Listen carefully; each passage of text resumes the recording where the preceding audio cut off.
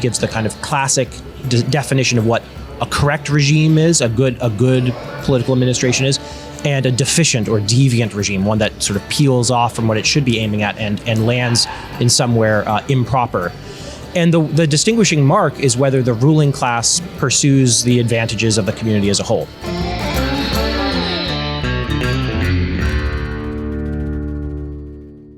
Welcome back to the Kevin Roberts Show. Here's another episode. We are recording on location in the free state of Florida at the National Conservatism Conference with someone I've corresponded with mostly over Twitter, but in spite of that, it's been good correspondence over the years. We just met in person.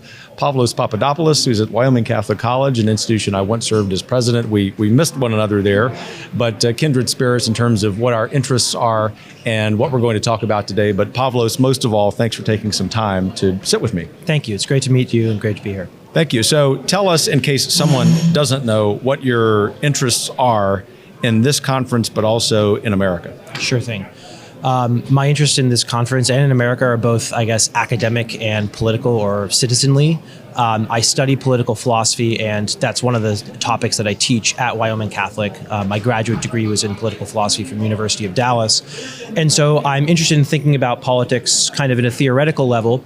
But the greatest political philosophers that I study and I enjoy teaching teach us that we're naturally political, that politics is not just something we can talk about, think about, hold at arm's length, but that our own reflections about politics actually call us to act as responsible members of the political community that we're born into or find ourselves members of. And so really I see this kind of conference as a great convergence of my interests, namely I get to talk with others about political philosophy. There have been some really great panels here, especially on sort of Catholic political thought and Protestant political thought. So thinking about the intersection of religion with our political philosophy and political concerns, but also it's not merely academic. It is ordered towards it's reflective thought ordered towards action, and that's appropriate to the discipline of political philosophy because the tradition, Aristotle, Aquinas, and so on, would say that politics, the study of politics, is the study of a practical science. Something like mathematics or physics properly understood is a speculative science. The goal of those disciplines is just for the mind to apprehend the truth. And there's something beautiful and good about that. And that's a kind of fulfillment of human nature, is just seeing the truth, whether that's a natural truth or a divine truth, like in theology. But there are other disciplines, ethics, politics, economics. These disciplines don't find their end merely in seeing what it's good. Aristotle says the point of studying virtue is to become virtuous, not just to sort of talk about what virtue is for days on end. That might be relevant to becoming virtuous, actually, but the point is that you don't really reach your completion until you start to act and act in a way consistent with what reason has brought you to see. So as a political philosophy scholar and teacher, I see it as just part of an extension of my academic vocation to care about and to try to bring to bear the reflections that I'm privileged to be paid to make on a daily basis on real life. There isn't a strict divide between what I'm doing in the classroom when I'm teaching Plutarch or Cicero or Aristotle and what I'm doing here. It's just different particulars, and it really quite matters because this is my country. I love it, and I want to serve it in the way that I can.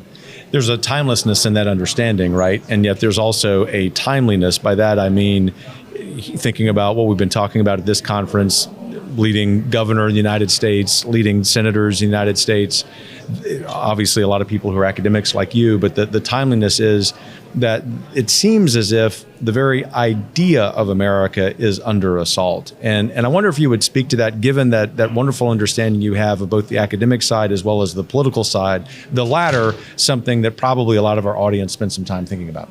Yeah, I want to, in a friendly way, take issue with the way that you framed that a little bit. Oh, you can, be friendly, but you can take issue with whatever you want to do. Which is to say, I would say that there's a way in which America is under an assault because we have come to think about it primarily as an idea. Okay. Because we've fallen into that era. So there's a lot that can be packed into that statement. All right, Professor, teach me. Well, I mean, this is very commonsensical, right? Sure. America isn't an idea, it's a country. Yeah. It's a nation. I mean, whatever term you want to use is a nation state, something like that. It's a political community. Which, by the way, I agree with. Of course. Yeah. And of course, we can also, in a certain way, speak of America as an idea, just as we speak of Athens as an idea, or Russia or France as an idea. But that's not really the primary phenomenon that we're pointing to when we use those proper names of America or these other countries. And so, yeah, America is under attack because we have oftentimes for good intentions and in different ways on the right and the left or different sectors of the right, fallen into the habit of thinking of it as an idea as opposed to a concrete political community in a specific place, populated by specific peoples with specific traditions and with specific interests. So I'm teaching this semester Aristotle's Politics, and he gives the kind of classic definition of what a correct regime is, a good political administration is, and a deficient or deviant regime, one that sort of peels off from what it should be aiming at and lands in somewhere improper. And the distinguishing mark is whether the ruling class pursues the advantages of the community as a whole. And for Aristotle, I think this is absolutely right. The two choices are either the people with power pursue the interests of the community as a whole political community, whole population, everyone who's a member of that body, or they pursue their own interest. There isn't a third option. We tend to think of there being a third option. We tend to hear a phrase like America first and think that's, among its other sins, that's selfish or something like that. And so we would like instead to dedicate ourselves to, the good of humanity or the global good or something like that. And I think Aristotle would just cut through that and say, no, you're either pursuing the interest of the few or the interest of the whole.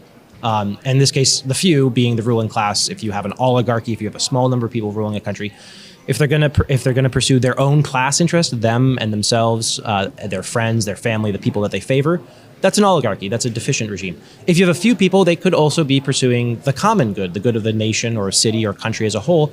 And then we'd call that an aristocracy. We'd use a positive name instead of a negative. So this is a roundabout way of saying, I think that when we speak of America as an idea, we enable, intentionally or unintentionally, I think often unintentionally and with the best intentions, we enable America, the actual nation, to be attacked or to be preyed upon by our ruling class, oftentimes in the name of the greatest causes.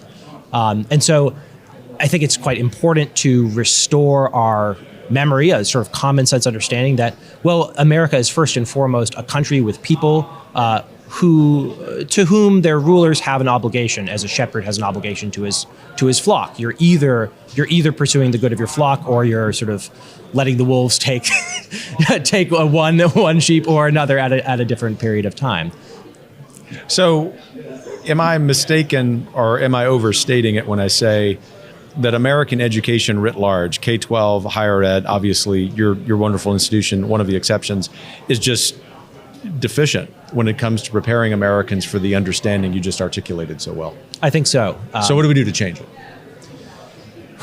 So I attended K-12 schools in Massachusetts. Don't hold it against me. Well, I escaped unscathed. I escaped scathed. Not going to hold it against you. So which is to say, I have an understanding, a personal understanding. I don't just rail against public schools for no reason, but because I reflected upon that experience and saw how deficient it was. Personally, I've since been in private education in this sort of small subculture of great book schools, some of them secular, some of them now religious Catholic.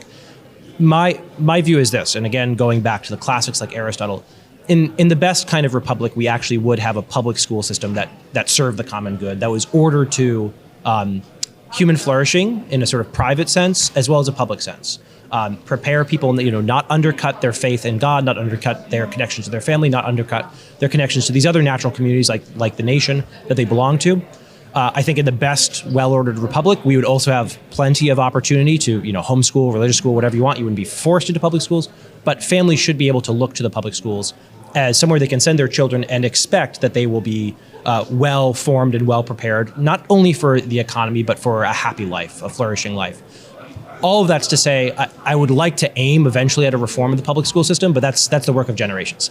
It is. In the meantime, at least as a means to an end, I'm in favor of deregulation of education, massively expanding school choice. Again, not so much as an end in itself.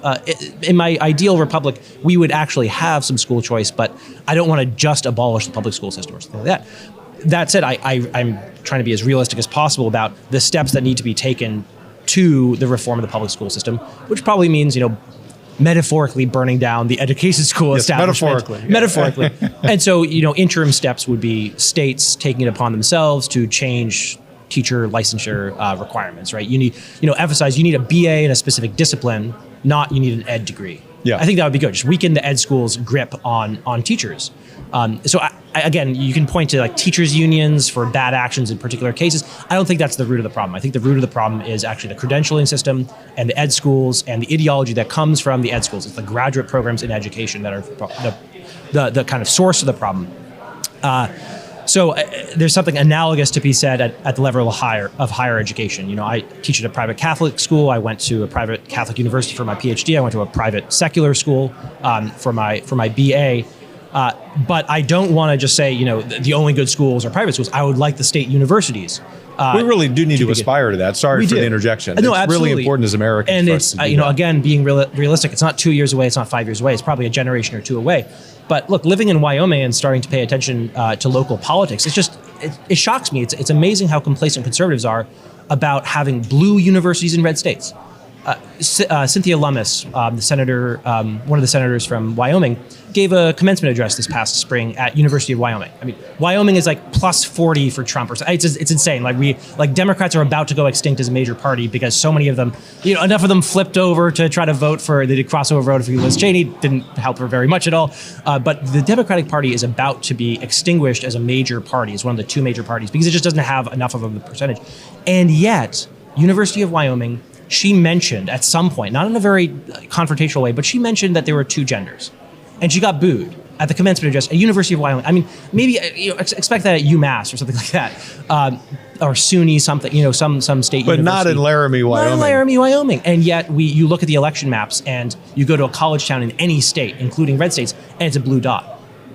We should not be complacent about that. And state legislators can actually use their power of supervision of their state universities somehow to change that, right? And so I know it's a systemic problem. It's actually the interstate and really national and really international system of the modern research university, which has become so thoroughly left-wing that, at least in certain sort of cultural leftism, to some extent economic leftism as well, that's the problem. But red states should really understand themselves as having a specific responsibility to their citizens and to orienting their public institutions, including state universities and the public school systems, towards the goods perceived by their people. And I happen to agree 100% with your diagnosis. It reminds me of a number of things, but probably the most important is thinking about policy. I'm often asked by people around the country, no doubt mutual friends of ours, Kevin, what's the policy solution? Is it that we build new institutions like Wyoming Catholic, others, Hillsdale, et cetera, or is it that we really lean into increasing accountability of these public institutions? And my answer has always been both. We've got to have both, right? The answer is yes. Yeah, and they're both long term. I mean, you know from being a professor at what is still a relatively new institution of higher learning, the hard work that goes into starting these schools. But we need people to be inspired to do that in the same way we need elected officials to have the political courage to say, I'm going to stand up against my alma mater, a public university, not because I'm opposed to the concept of public education, right, but because the American public deserve better, especially in my state. Yeah. Divestment from your corrupt left-wing alma mater is a very good idea. Yeah. And again, I mean, I think this is really a both and I could say both and about a sort of slightly broader question as well, which is, you know, do we retreat from the public sphere because it is so corrupt, or do we throw ourselves wholeheartedly into the fight at the political level? Look, I think it's both and. I mean, I think at its best, an institution like my own or others that are not sort of directly plugged into the political fray, that are a little bit off the beaten path, they're doing good work because they are giving their students the space to breathe, to withdraw for a certain period of time so that they're well-formed. And then those students, you know, to use some Catholic language, they discern their vocation. And some of them discern to become monks. Some of them discern to become mothers who stay at home or who work part-time. Some of them discern to be businessmen. Some of them discern to be really politically active. And, you know, we're each called in our own way to service to others. And those are all legitimate and necessary and good ways of serving. So I don't see a great conflict between either choosing, do we build new institutions or do we try to reform existing ones? A given person's decision might take them in one direction or another, but we need a full court press on, you know, reforming which might include tearing down in some cases our corrupt public institutions and building up alternatives. We don't actually know what difference any given effort is going to make. So I don't want to get stuck in kind of a head game of, do I do A or B and I have to choose between them. You do have to choose, but you should collaborate with the people who are making a different choice and all try to work towards the same good purpose, and go where your vocation takes you and your talents take you, and that might be in the public sphere, that might be in the private sphere, that might be in home life, or that might be in a religious vocation.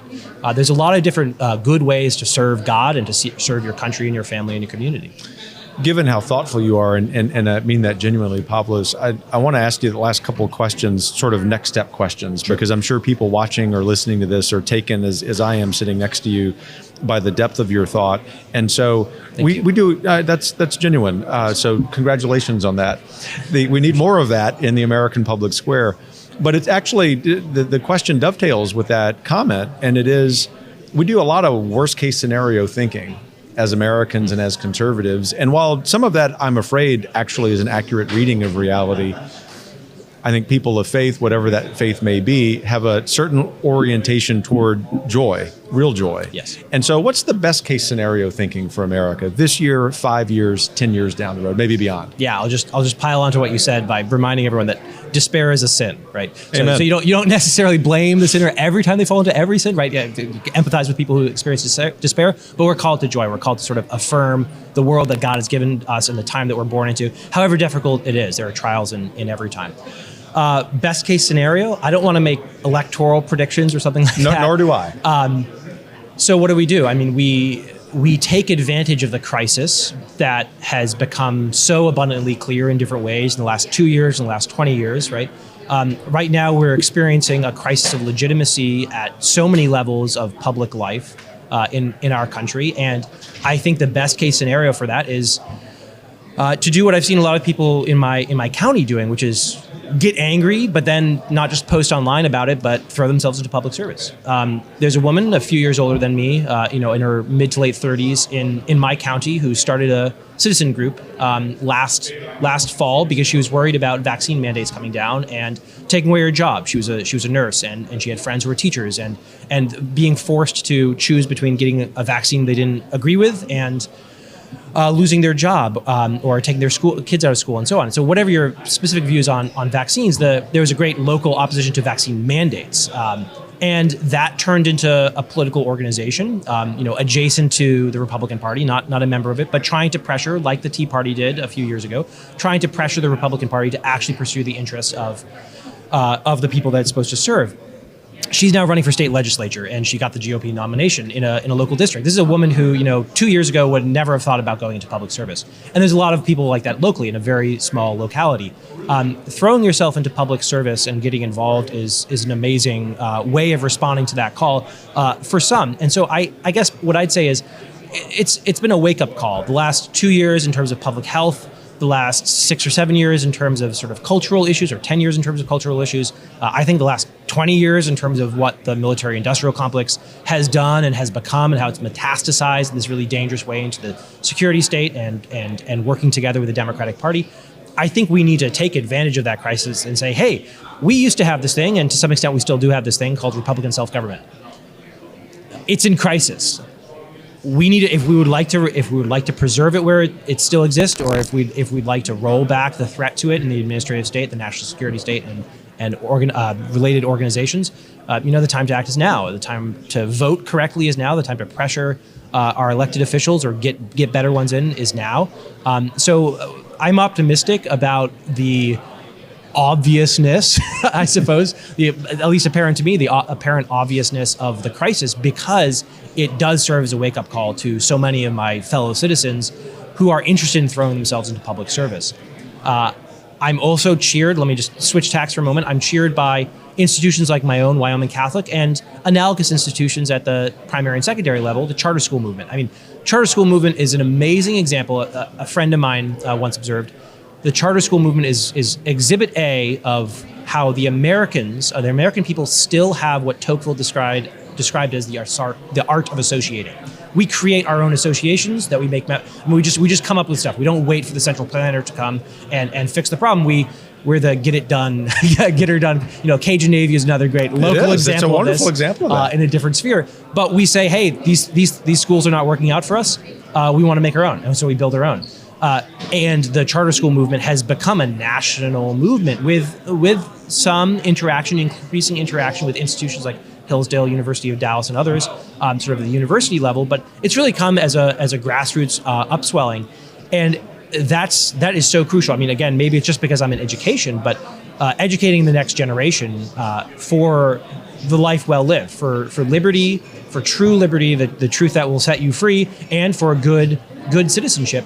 That's only going to come through an educational movement, I think, or the best way for that to spread through the public is through an educational movement. And so I'm not optimistic, but hopeful that in the long term the battle will be won, and the way to reclaim the public square and the way to reclaim our country will be through this full court press, whether it's going directly into public service, whether it's building schools or even just homeschool associations in your area. People have realized with horror how bad things have become, and so we're finally, the scales are dropping from conservatives' eyes and Republicans' eyes, and this is a time to look the danger straight in the face and just have courage, not despair, but have courage and say, I'm going to be joyful in the fight, and I'm going to go, and I'm going to take it on in the way that I'm called to take it on. And take one step, and then another step, and exactly, another step. One foot in front of the next. And I love the reminder about the art of associating. And so, and I'm tempted to ask the last question about that, but really what I try to do with the last question is usually ask our guests why they're joyful, why they woke up that way today. I have a pretty good idea of how you would answer that. So I'm going to ask a different question on behalf of a lot of parents and grandparents that I hear from as I travel the country waving the Heritage banner. And it is this. They say, Kevin, speaking about themselves, especially if they're in my generation, it seems as if I and my children were deprived of a really sound education. You teach it at an institution that is very much connected to our intellectual tradition. Are there, for a general audience, a couple of books, a couple of news outlets that are thoughtful, that really inform your thinking, or that you would say as a parent yourself would be really good for Americans to read if in fact they have forgotten about it, or where they went to school, it was not part of the curriculum? Sure. Yeah. Let me preface this by saying that I didn't get a classical education up to 12th grade, right? I was K-12 public schools. There was a decent public school in Massachusetts by, Massachusetts standards of what that means. No moral formation, no reverence for your country, right? But, there weren't like knife fights in the halls and, things like that. So I stumbled really fortuitously or providentially upon this great book school, St. John's College in Annapolis, Maryland. I just found promotional material of theirs. I heard, hey, they don't give tests, and they just read books and talk about them. So I don't want to take a test for the rest of my life. So I went there, and it turned out to be this really rigorous immersion in the Western tradition through the great books. And so all of that is to say, there are folks who are older than me who I know who didn't have this kind of classical education, good formation, and in their 30s, 40s, 50s, 60s, discover it and dedicate some time to it. And benefit greatly from it. So the first thing to say is don't despair if you haven't, been formed in the cradle by the great books. There's still time. There's still time. There's still always time. And you look at just particular examples of great men from history like Cicero, who somehow managed to be this amazingly active statesman while his republic is declining, and yet is reading and writing philosophy on the side, right? He's an extraordinary individual, so we're not all Cicero, but it is possible to dedicate yourself to this in some way, in the way that's appropriate to you. Let me say something about particular institutions before talking about particular texts. There's a whole network, several of the schools that I've been involved in, St. John's College, University of Dallas, and then Wyoming Catholic College, that really welcome and embrace outsiders who want to glean something from sort of their core mission. And so a lot of these institutions, and there are many others that I just don't have a personal connection to, will have outreach programs. My own college, Wyoming Catholic, we do a pretty regular podcast where you can get, very snappy 15 minutes interview with a professor about something they're teaching or something that they're a specialist in. Go listen to that, and that might pique your interest, and you sort of listen to a few episodes. Series. It's a great series, and one of the nice things about it is that they're almost always talking about books that they're reading or teaching that you could just pick up and read. If I can't prescribe to a general audience what you should go read that will fit everyone, but go sample a few of those episodes and you'll see. And other institutions have similar endeavors. There's a number of so there's an institution I know from a tutor at St. John's called the Catherine Project, and what this tutor does is she runs these totally free discussion groups that anyone can sort of sign up for, and it's just an online discussion group, and they have a dozen or 2 dozen every fall, every spring, every summer that you can sign up for. You can do Euclid for a few months if that's what you're interested in. You could do Aristotle, you could read Sophocles, you could read the scriptures. There's another institution that I'm involved in called the Albertus Magnus Institute, which is run out of California. Really great guy, John Johnston runs it, and it is a entirely free online classical education program for anyone. And so anyone who's been to a sort of set of great books, many of them Catholic schools, is automatically what he calls a fellow, but you can also just apply for free, very, very brief application, just fill out a form online to be a fellow, and then you're enrolled and you can take classes for free. They never charge anything, they accept donations, but what a tremendous model. It is, it's amazing. I mean, his idea is like, look, higher education is in decline, it's crashing and burning. Let's try to save the great books in the Catholic tradition, in this case, and make it available to anyone who's interested. So I taught a class for them this summer on Tocqueville's Democracy in America, and it was a wonderful cross-section of recent liberal arts Catholic college graduates, and folks in their 40s and 50s who are accountants or lawyers or whatever, or stay-at-home moms in their during the day, but who just wanted a kind of intellectual stimulation. So those projects are out there. 50 years ago, it was Mortimer Adler's Great Books of the Western World series, and you had discussion groups around the country. I don't think those are as much a thing anymore, though. There's some kind of online program that's similar to that I'm not very familiar with. But there are analogs to that out there. And so if we talk about particular books, I'll just mention a couple of my favorites. Aristotle's Ethics, Aristotle's Nicomachean Ethics, one of my favorite texts to read. I mean, not everyone's cup of tea, but it's about, the way he begins is, this should be of interest to everyone. Everyone's interested in happiness. Everyone's interested in the good life. And so we have to figure out what happiness is. And he gives a wonderful analysis. This is what happiness is. If you want to be happy as a human being, you need to be virtuous. Let's figure out what virtue is. And he just takes you through. It's heady stuff. It's dense reading. It's not something you just pick up like a magazine, but it's the kind of work that can actually change your life. I know that it did for me. So that's the kind of work that at least I would gravitate towards reading with others. A lot of people will be more interested in story, which is very good in literature. And so if you don't have a classical education, if you don't have this background already, I'd say go to the beginning. Read scripture and read Homer. Read the Iliad and the Odyssey. Everyone starts there. Everyone starts there, and they do so for a reason, because even though it's talking about these guys, in the Bronze Age, thousands of years ago, on the battlefield, you're not going to be in that situation probably. There's something appealing because there's something eternal there. There's something perennial there in the struggle between Achilles and Agamemnon, the desire of Achilles to be immortal, and yet he's born as immortal. I mean, this speaks to everyone through the millennia. It's not just that this book came first and a bunch of people picked it and said it was important.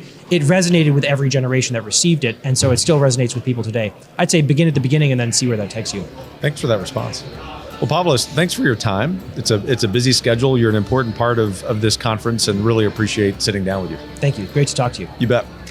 Well, thanks for joining this episode of the Kevin Roberts Show. We will be back with another episode talking about some joyfulness and the reason for that for America. Take care.